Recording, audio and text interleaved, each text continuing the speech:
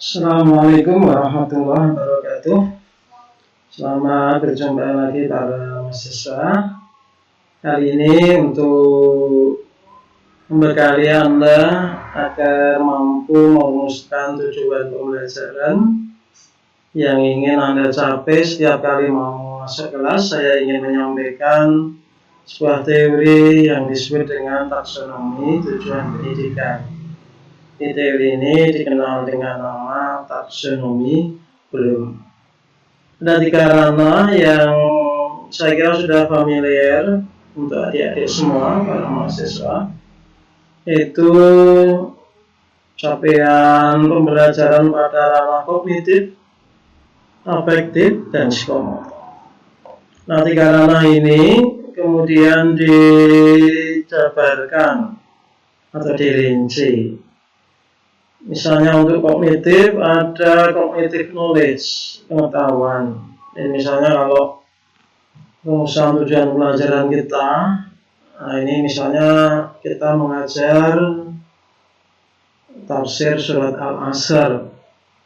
Nah, kemudian rumusan tujuan pembelajarannya, siswa mampu membaca, menghafal, menulis, dan menerjemahkan surat Al-Asr. Itu berarti capaian pembelajaran kita baru knowledge, pengetahuan. Jadi rumusan-rumusan ini yang disebut dengan kata kerja operasional itu sudah tersedia, harus sudah dirumuskan oleh para ahli pendidikan. Kita tinggal memakainya ketika kita akan merumuskan tujuan pembelajaran. Nah, yang kedua adalah cognitive comprehension. Siswa dapat menguraikan makna kedisiplinan. Jadi tidak menggunakan kata kerja memahami, karena kata kerja memahami belum operasional. Jadi tidak bisa diverifikasi atau tidak bisa dibuktikan. Maka diganti dengan kata kerja menguraikan. Lalu kognitif aplikasi, artinya siswa sudah mampu membayangkan kira-kira kedisiplinan apa yang bisa dia terapkan dalam kehidupan sehari-hari. Misalnya kalau yang kita ajar itu anak SD, disiplin untuk anak SD itu seperti apa. Lalu analisis, siswa dapat menyebutkan wujud nyata kedisiplinan, tapi ini sudah dalam makna interpretatif, sudah lebih rumit. Jadi misalnya orang yang tidak taat anggaran itu tidak disiplin, itu yang disebut dengan korupsi. Kemudian kita masuk ke ranah kognitif sintesis. Misalnya dalam RPP kita merumuskan tujuan pembelajarannya, siswa dapat menulis karangan tentang pentingnya kedisiplinan. Ya, bisa juga dengan judul lain ya. Siswa membuat karangan tentang pengalaman pribadi pernah tidak disiplin. Ya, kalau demikian Anda sudah ingin membawa siswa pada kognitif sintesis. Nah, yang terakhir untuk level kognitif ini adalah evaluasi. Siswa sudah mampu menimbang-nimbang manfaat dan mudarat disiplin. Maksudnya kalau disiplin manfaatnya begini, kalau tidak disiplin maka akibatnya begini. Itulah untuk ranah kognitif. Kemudian kita masuk ke ranah afektif. Ada receiving and attending. Jadi siswa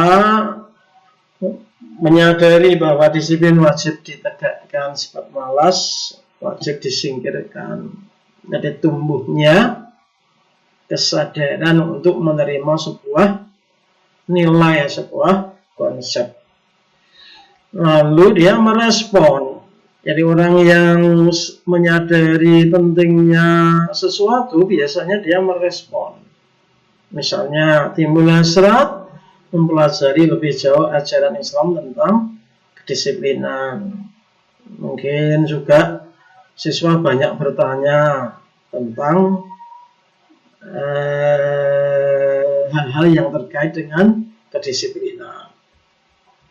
Kemudian menjadikan disiplin itu sebuah nilai yang ingin dia miliki.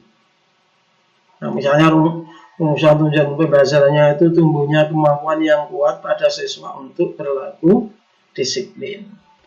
Akhirnya menjadi karakter.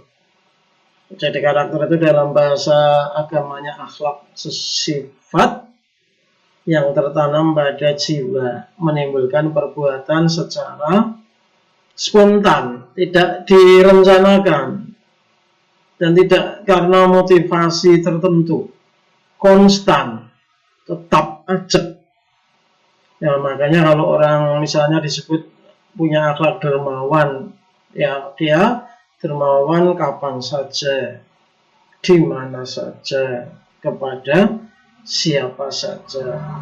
Bukan karena misalnya motif tertentu, misalnya karena ingin supaya dipilih menjadi lurah. Nah, itu belum bisa kita sebut dermawan, meskipun saat itu dia memberi banyak materi misalnya ya bagi warga. Nah, akhirnya yang ketiga adalah psikomotor, tampak dalam bentuk skill dan kemampuan bertindak seseorang. Nah, ini skill ini merupakan kelanjutan dari hasil belajar kognitif dan afektif. Secara mudah saya ilustrasikan misalnya gini ya, orang yang sudah paham ilmu salat, rukunnya, ya gerakan-gerakannya, bacaannya, lalu dia menyadari pentingnya salat, ya menghayati. Nah dia nanti ketika mengerjakan sholat itu sudah memiliki keterampilan yang kalau istilahnya sudah luwes lah salatnya, gerakan-gerakannya, bacaannya, ya jadi psikomotor biasanya merupakan hasil dari atau kelanjutan dari hasil belajar kognitif dan afektif. Semoga kalian nanti ketika menjadi guru mampu mengajar siswa tidak hanya membawa siswa sampai ke ranah kognitif, karena yang Anda ajarkan adalah pendidikan agama Islam. Pendidikan agama Islam tentu tidak hanya dikuasai ilmunya. Kita sering mendengar al-ilmu bila amalin kasyajaroti bila thamrotin, ilmu yang tidak diamalkan seperti pohon yang tidak berbuah. Terima kasih. Wassalamualaikum warahmatullahi wabarakatuh.